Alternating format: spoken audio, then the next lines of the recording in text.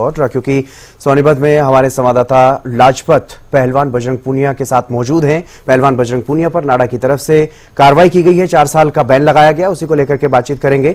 Lajpat, over to you.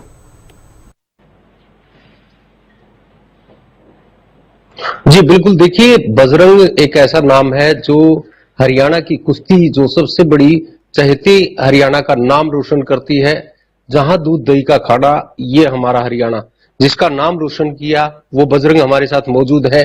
और आप भी जानते हैं कि हरियाणा के सबसे पहले चहेते जो बजरंग हमारे साथ मौजूद है, उनसे बातचीत कर लेते हैं, क्योंकि आज उनके साथ जो नाडा ने किया है उसके बारे में जानने की कोशिश करते हैं। जो नाडा ने आपके साथ जो खेल खेला है उसको किस नजरिए से देखते हैं? देखो, मुझे पहले ही भरोसा था नाडा पे तो, क्योंकि पिछले 1 साल से मैं ये लड़ाई लड़ रहा हूँ।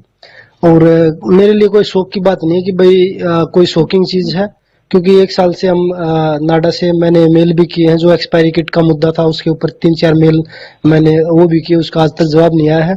उसके बाद नाडा का एक पैनल बनता है जहाँ पे मुझे बहाल कर दिया जाता है, फिर दोबारा पैनल बना के फिर दोबारा सस्पेंड किया जाता है, फिर अभी बैन लगा दिया है।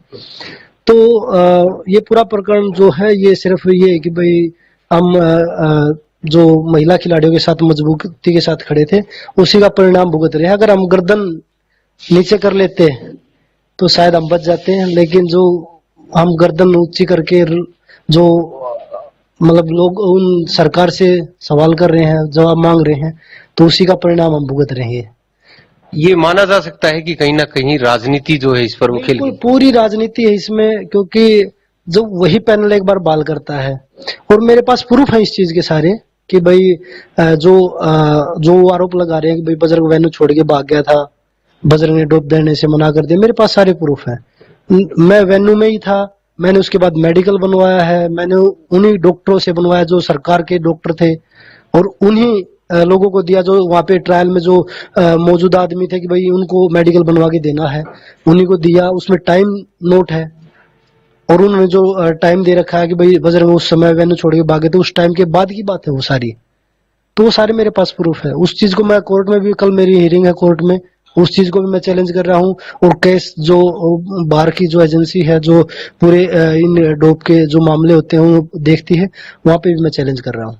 क्या लगता है कि इस तरीके से खिलाड़ी का जो माइंड प्रेशर होता है, क्योंकि फिजिकल भी होता है और माइंड प्रेशर भी, और आपने तो काफी नाम किया है, देश का नाम रोशन किया है। देखो, बिल्कुल पिछले 1 साल से इस चीज से मैं जूझ रहा हूँ, और ट्रेनिंग भी उसमें खराब हो रही है, क्योंकि ये पता नहीं लड़ने देंगे या नहीं लड़ने देंगे, क्योंकि ये सरकार के खिलाफ लड़ रहे थे। हम सरकार के खिलाफ नहीं लड़ रहे थे, वो सरकार ने मान लिया कि हमारे खिलाफ लड़ रहे थे। हम एक आदमी के खिलाफ लड़ रहे थे, सरकार ने जबरदस्ती अपने ऊपर लिया वो चीजें।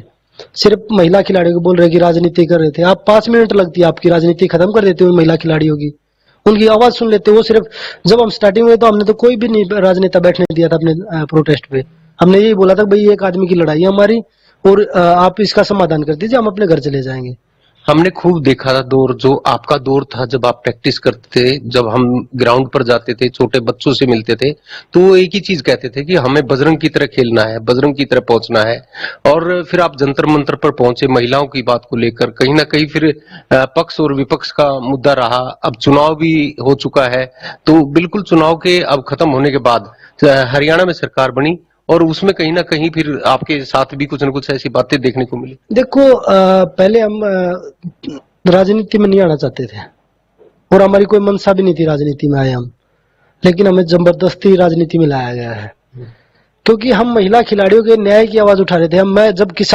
जब मैं कोई राजनीति नहीं कर रहा, जब किसान हमारे बैठे, जब दिल्ली के चारों तरफ बैठे थे, तब भी मैंने उनके अपील की थी कि भाई हम, क्योंकि मैं किसान परिवार से हूँ, और हमें दुख होता है अगर हमारा किसान भाई कोई भी रोड पे बैठता है, उनकी रोड पे डेथ होती है, वो शहीद होते हैं, तो वो हमें भी दुख होता है। उस समय भी मैंने आवाज उठाई। उस समय तो मैं राजनीति नहीं कर रहा था, उस समय भी सरकार ने।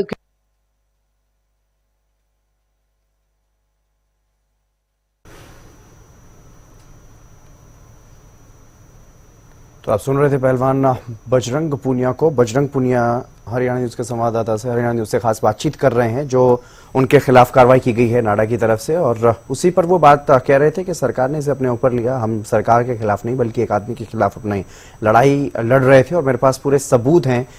एक एक्सपायरी किट थी एक्सपायर हो चुकी थी वो किट जिसमें वो सैंपल लेना चाहते थे, इसलिए सैंपल नहीं लिया। डेमोक्रेसी है, लेकिन अभी आजकल देखने को नहीं मिल रही। लेकिन मैं आवाज जो गलत हो रहा है मैं उसके खिलाफ आवाज उठाता हूँ। और मुझे लगता है कि भाई जिस पार्टी में अगर किसी भी जो आदमी संघर्ष कर रहा है, जो दबाया जा रहा है जिसको, उसके खिलाफ अगर आप उसका न्याय नहीं कर पा रहे तो उस पार्टी में मेरा मन नहीं है कि भाई मैं उस पार्टी में जाऊं। और ना मेरा ये था कि भाई मैं राजनीति में आऊं, लेकिन जबरदस्ती वही चीजें मैं आपको बता रहा हूँ। लेकिन हाँ, मुझे खुशी है कि कांग्रेस पार्टी ने हमें किसान कांग्रेस का कार्यकारिणी अध्यक्ष बनाया है। मैं किसान परिवार से, और किसानों की आवाज मजबूती से उठाएंगे। पहले भी उठा रहे थे, अब आगे आगे भी उठाएंगे। ये नहीं कि भाई हम पार्टी में चले गए तो ही उठा रहे हैं। किसान परिवार से, उनका दुख हम समझते हैं। लेकिन जो ये प्रकरण चल रहा है, नाडा जो चला रहा है, ये 4 साल का बैन लगाया है, तो उसमें ना मैंने पहले बताया कि भाई ना तो हम डरेंगे ना झुकेंगे। वो लड़ाई हम मजबूती के साथ कोर्ट में भी लड़ेंगे, और ऊपर जो इंटरनेशनल केस में जाके वहां पे भी लड़ेंगे, और पूरा प्रूफ के साथ लड़ेंगे। और वो चीजें हम पूरे देश के सामने। बजरंग, क्या लगता है कि अभी पहली पहल है और भी एजेंसियां हैं वो भी कुछ? बिल्कुल, जितनी भी एजेंसियां, सरकार हमें डरा के धमका के, अगर इस एजेंसी से अगर हम अपने खेल से समझौता कर लिया कि ठीक है खिलाड़ी हैं, कैरियर खत्म हो गया, ये सोच लेंगे, और भी एजेंसियां लगाएंगी पीछे, और भी बहुत सारे। सरकार के पास तो बहुत तंत्र है तोड़ने के। लेकिन मैं आपके माध्यम से बताना चाहता हूँ कि ना तो डरेंगे ना झुकेंगे। खेत है, खेत में खेती कर लेंगे, और कोई आरोप लगा के जेल में अंदर डालेंगे तो दुनिया जेल में है, हम भी चले जाएंगे। कोई इतनी बड़ी बात नहीं है कि भाई जेल में डालने से कोई आदमी, एक दिन सबको मरना है। लेकिन अच्छाई करके जाएंगे, अच्छा काम करके जाएंगे कि लोग याद करें। ये नहीं कि बीजेपी के आईटी सेल के जो बैठे 10-20 वो भोंक देंगे तो हम पीछे हट जाएंगे। जो हम लोगों में जाते हैं, जो प्यार लोग आज हमें देते हैं, वो प्यार हमारे लिए सबसे बड़ी अमानत है।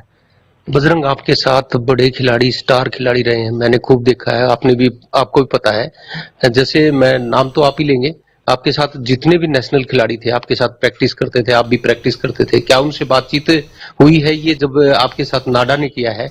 जैसे काफी बड़े खिलाड़ी बीजेपी में भी हैं, ऐसी बात नहीं है, कांग्रेस में भी हैं, खिलाड़ी भी हैं, उनसे क्या बातचीत हुई है या आप चाहते हैं उनसे बातचीत करना? उनसे बातचीत होती भी है, बहुत सारे खिलाड़ियों से होती भी है। लेकिन वही चीज है जो भी आप बोल रहे हो, बीजेपी में भी है, बीजेपी वालों से भी बात होती है। लेकिन वही चीज है ना कि वो करे तो करे क्या। आपके गुरु भी है?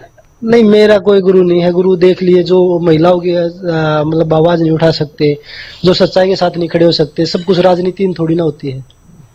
तो हमने अपनी तरफ से पूरा सम्मान दिया जो हम दे सकते हैं। लेकिन जो आदमी सच्चाई के साथ नहीं खड़ा हो सकता, वो हमें ही बदनाम करने पे चल रहे हैं। जो आदमी खुद बोल रहे थे कि हाँ मैंने सुना है कि भाई लड़कियों के साथ ये सब चीजें हुई हैं, और उसके बाद वो लड़कियों के साथ नहीं खड़े हो पाए, तो मुझे लगता है कि खिलाड़ी तो बहुत सारे हैं, एक अच्छा इंसान बनना बहुत जरूरी है। अब क्या मूड है आपका? मैंने बताया कि मेरी कोर्ट में लड़ाई है, और मैं लास्ट तक ये लड़ाई लड़ूंगा। कल आपकी तारीख है, क्या ये चीजें कल कोर्ट में कुछ चर्चा हो सकती है? हाँ, इन चीजों के ऊपर कोर्ट में है, और बिल्कुल चर्चा होगी इस चीज के ऊपर। क्या आपको कैसे पता लग पाया कि आपके ऊपर बैन कर दिया गया है? कोई मेल या कोई लेटर, कोई पास ईमेल आया है, मेरे लॉयर के पास ईमेल आया है, तो उन्होंने मेरे को भेजा कि भाई आप मेरे ईमेल पे भी आया है कि 4 साल के लिए बैन किया, और हमें इनसे यही उम्मीद थी। तो अब क्या लगता है कि अभी प्रैक्टिस आपकी जारी रहेगी या लड़ाई लड़ेंगे? क्योंकि अब आपके साथ 2 चुनौती हो चुकी हैं, एक तो माइंड प्रेशर है, एक फिजिकली है। तो क्या लगता है कि अब आप जनता के बीच भी रहेंगे? क्योंकि तीन तरह की लड़ाई आपके सामने होगी। मैं ट्रेनिंग भी कर रहा हूँ, और मैं ये लड़ाई 1 साल से लड़ रहा हूँ। और जो जनता की लड़ाई है, जो हमारे किसान भाइयों की लड़ाई है, मैं कल भी खनौरी बॉर्डर पे जाके आया हूँ, वो भी लड़ाई जारी है।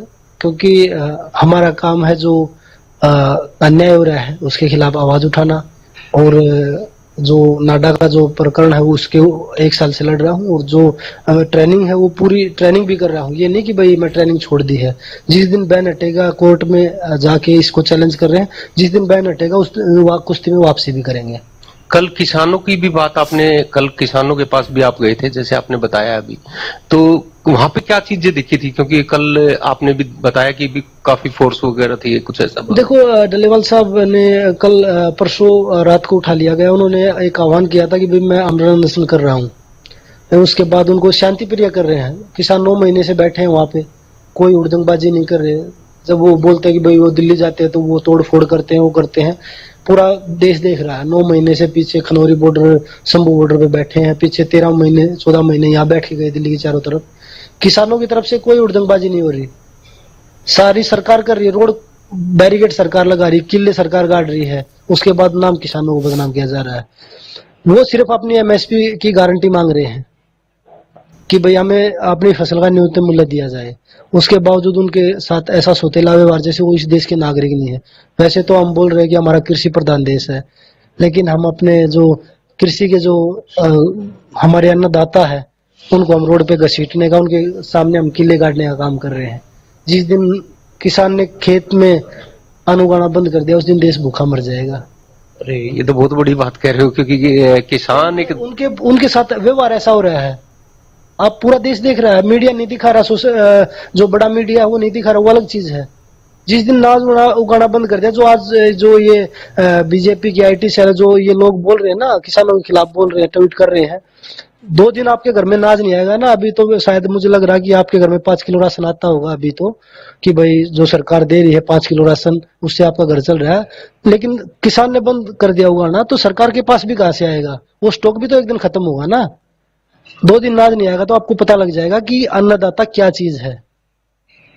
तो आपने तो पूरा जीवन जो है अपना कुश्ती में नाम किया है। कुश्ती एक काफी बड़ा खेल है, हरियाणा की पहचान है, और आज इस मुकाम पे जो कि आपके साथ जो हो रहा है, इसको किस नजर से देखते हैं? क्योंकि जीवन पूरा इसमें गया है, और भी खिलाड़ी हैं आपके चहेते हैं जो प्रैक्टिस कर रहे हैं, जिनको देश के लिए आगे बढ़ने का प्रयास कर रहे हैं, उनको क्या कहना चाहेंगे? देखो, मैं यही कहना चाहूंगा कि आप मन लगा के मेहनत करो, लेकिन एक चीज ध्यान रखना, जब आप गेम कर रहे हो तो आप सरकार के खिलाफ कोई आवाज मत उठाना, नहीं तो आपका भी यही हाल होगा जो हमारे साथ कर रहे हैं। आप अपने कैरियर पे ध्यान दीजिए।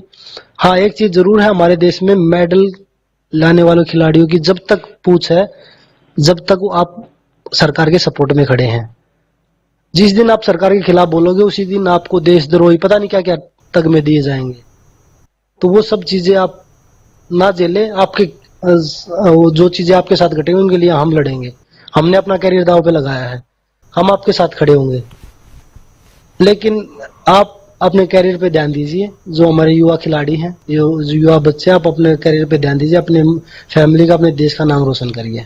आपकी 2 चीजें हमने देखी थी। जब पहला मेडल जब आप लेके आए थे तो हरिद्वार गए थे, और आपने मेडलों के बारे में जो कहा था वो सबको पता है। लेकिन अब फिर दोबारा से जब मेडलों के साथ जो जंतर मंतर पे हुआ, फिर हरिद्वार गए थे, तो ये मनोबल कहीं ना कहीं जो है इस तरीके का देखते हैं तो काफी दिक्कतें होती हैं। बिल्कुल, देखो, देश जब मेडल मिलता है तो पूरा देश उसके लिए प्रे करता है, और जब मेडल जीत के आते हैं तो गर्व महसूस करते हैं पूरा देश कि हाँ भाई, देश के लिए मेडल जीता है। लेकिन जब वो बेटी आपसे न्याय की अपील कर रही थी और उनके साथ ऐसे घसीटा गया, क्योंकि एक इकलौती महिला खिलाड़ी है जो ओलंपिक मेडलिस्ट है, साक्षी मलिक, उनको आप रोड पे घसीट रहे हो। पद्मश्री है। जब आपने बेटी बचाओ बेटी पढ़ाओ की जब मुहिम चलाई थी, जब ब्रांड एम्बेसडर हरियाणा से शुरू किया था आपने, पानीपत से, तब साक्षी को ब्रांड एम्बेसडर बनाया था, और उसी बेटी को आप रोड पे घसीट रहे हो। फिर प्रधानमंत्री पानीपत आ रहे, तो वो कहीं भी, देखो, देश के मुखिया कहीं भी जा सकते हैं, लेकिन जो चीजें पानीपत से शुरू हुई और जंतर मंतर पे घसीटा गया, तो वो बड़ा दुख देता है। क्योंकि महिला, हमारी देश की बेटियां, जो हमारी माताएं बहनें हैं, वो हमारा सम्मान है, हमें उनका सम्मान करना चाहिए। अगर कोई भी उनके साथ गलत करता तो उसको सजा मिलनी चाहिए। ये नहीं कि आप उसको एक अहम सवाल है यहाँ पर, जिस तरीके से नाडा की तरफ से 4 साल का ये बैन लगाया गया है, 4 साल का प्रतिबंध लगाया गया है, उसको लेकर के सबूतों की बात कह रहे हैं बजरंग पूनिया। सबूत क्या मीडिया में जारी करेंगे, दिखाएंगे एक बार फिर से वो कि किस तरह से उनके पास क्या कुछ सबूत हैं और क्या कुछ इस पूरे मामले में अभी तक हुआ है? बेटी सबकी साझलियों है, उसमें कोई वो ना होता भाई कि आपकी बेटी है, मेरी बेटी, वो सबकी एक जैसी हो है। तो महिलाओं का सम्मान हम सब ने करना चाहिए। ये नहीं कि भाई, ये आजकल एक ट्रेंड चल रहा है, कहीं भी किसी बेटी के साथ या किसी बहन के साथ गलत होता है तो उसके खिलाफ सपोर्ट में आते हैं, खिलाफ में आते हैं कि भाई उधर भी ये हुआ था। अरे आप उधर भी सजा दिलाओ ना। आप उसका एग्जाम्पल क्यों दे रहे हो कि भाई आप उधर भी गलत हुआ था, उधर भी गलत हुआ था, उधर बीजेपी की सरकार थी, उधर कांग्रेस की सरकार थी, उधर आम आदमी पार्टी की सरकार थी। बेटियां तो सब किया, आप उनके साथ न्याय करो ना, चाहे किसी की भी सरकार हो, आप उसके सपोर्ट में खड़े हो अगर किसी बेटे के साथ गलत हो रहा है तो। ये थे हमारे साथ बजरंग, और जिन्होंने सभी बातों का जवाब दिया है। और आप देखते रहिए हरियाणा न्यूज। मैं लाजपत सोनीपत।